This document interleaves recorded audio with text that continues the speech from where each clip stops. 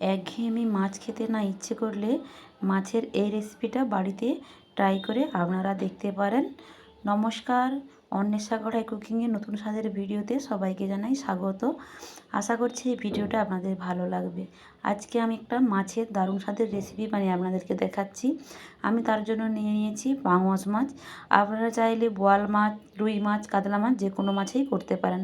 প্রথমে আমি পাঙাশ মাছটা খোসাটাকে ছাড়িয়ে নিয়েছি, কিন্তু ছাড়াতে প্রচণ্ড কষ্টের জন্য আমি একটা পিসই ছাড়িয়েছি, বাকিগুলো এমনি কেটে নিয়েছি। আপনারা চাইলে এর খোসাটা রাখতেও পারেন, আবার ছাড়িয়ে ফেলে দিতেও পারেন। তো আমার এই মাছের ওজনটা ছিল প্রায় 10 থেকে 11 কিলোর মতো, তাই আমি চেষ্টা করেছিলাম মাছের খোসাটা ফেলানোর, কিন্তু সবগুলো ওঠে না বলে আমি সবগুলো পারি না। সবগুলো একই রকমভাবে কেটে নিয়েছি। এরপর আমি 2 চামচ কর্নফ্লাওয়ার দিয়েছি, পরিমাণ মতো লবণ দিয়েছি, হলুদ গুঁড়ো, লঙ্কার গুঁড়ো, আদা রসুনের পেস্ট সব কিছু দেওয়ার পর আমি হাত দিয়ে ভালো করে মেখে নিয়েছি।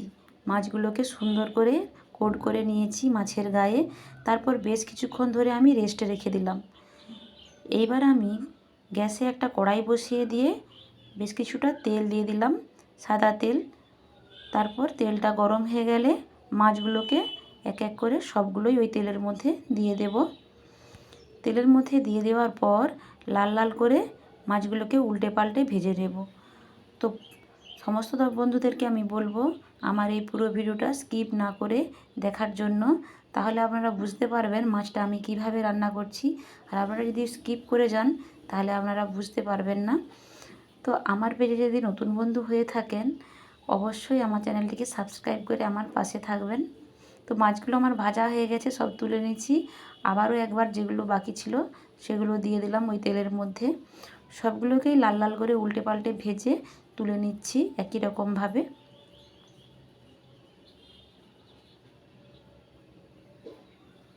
তো আমার ভাজা হয়ে গেছে। ওই তেলেই আমি গোটা গরম মশলা দিয়ে দিলাম, আর কুচিয়ে রাখা একটা বড় সাইজের পেঁয়াজ আমি ওর মধ্যে দিয়ে দিলাম। আমি সামান্য তেলেই করছি, আপনারা চাইলে আরও একটু তেল অ্যাড করতে পারেন। তো পেঁয়াজটাকে আমি বেশ কিছুক্ষণ ধরে লাল লাল করে ভেজে নিলাম। তারপর এর মধ্যে দিয়ে দেবো রসুনের বাটা। রসুনটা খুব ভালো করে পেঁয়াজের সাথে আমি ভেজে নেব। এরপর দিয়ে দিলাম আদা বাটা। আদা বাটাটা আমি কাঁচা গন্ধ না চলে যাওয়া পর্যন্ত একটু নাড়াচাড়া করে ভেজে নেব। তারপর আমি টমেটো পেস্টটা দিয়ে দিলাম। টমেটো পেস্টটা দেওয়ার পর আমি একটুক্ষণ নাড়াচাড়া করে নিলাম। তারপর আমি দেব হলদি আর লঙ্কার গুঁড়ো দিয়ে মশলাটাকে বেশ কিছুক্ষণ কষিয়ে নেব। এবার আমি মশলার বাটি ধোয়া জল একটু দিয়ে দিলাম, দিয়ে মশলাটাকে আরও একটুক্ষণ ভালো করে কষিয়ে নিলাম। মশলাটা যত সুন্দর কষানো হবে রান্নার টেস্টটাও ততটা সুন্দর হবে। এবার আমি ফেটিয়ে রাখা টক দই প্রায় 3 চামচের মতো দিয়ে মশলাটাকে আবারও কষিয়ে নিচ্ছি।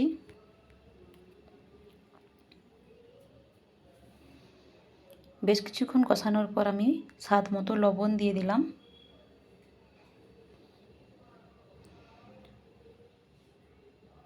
এইবার আমি ভেজে রাখা সব মাছগুলো এর মধ্যে দিয়ে দিলাম, দিয়ে আরও বেশ কিছুক্ষণ মাছ সমেত মশলা একসাথে কষাবো।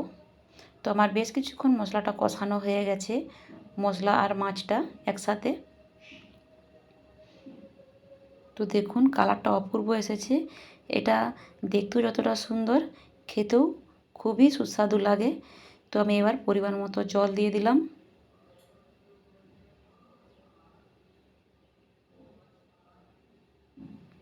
এইবার আমি ঢাকনা দিয়ে ঢেকে দেব, মাছটা একটু সেদ্ধ হতে দেব।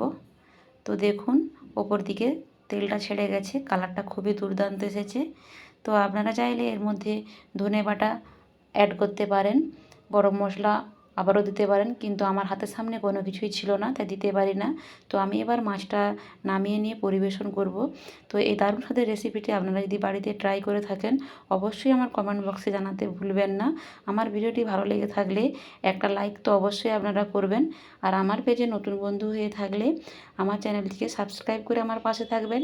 এরকম নিত্য নতুন বিভিন্ন ধরনের রেসিপি আপনারা পেতেই থাকবেন। সবাই ভালো থাকুন, সুস্থ থাকুন, দেখা হবে পরবর্তী ভিডিও।